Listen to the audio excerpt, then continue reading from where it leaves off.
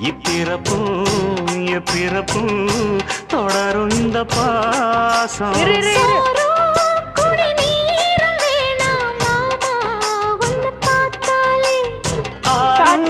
பசியாரும் தானாச மொழி கேட்டாலே ஒன்ன பிரிஞ்சிருக்க தன்னந்தனிச்சிருக்க அம்மம்மாடி அப்பப்படிய மனசு ஒத்துக்காது. செந்தூர பாண்டிக்கோரு சோடி கிளி கூ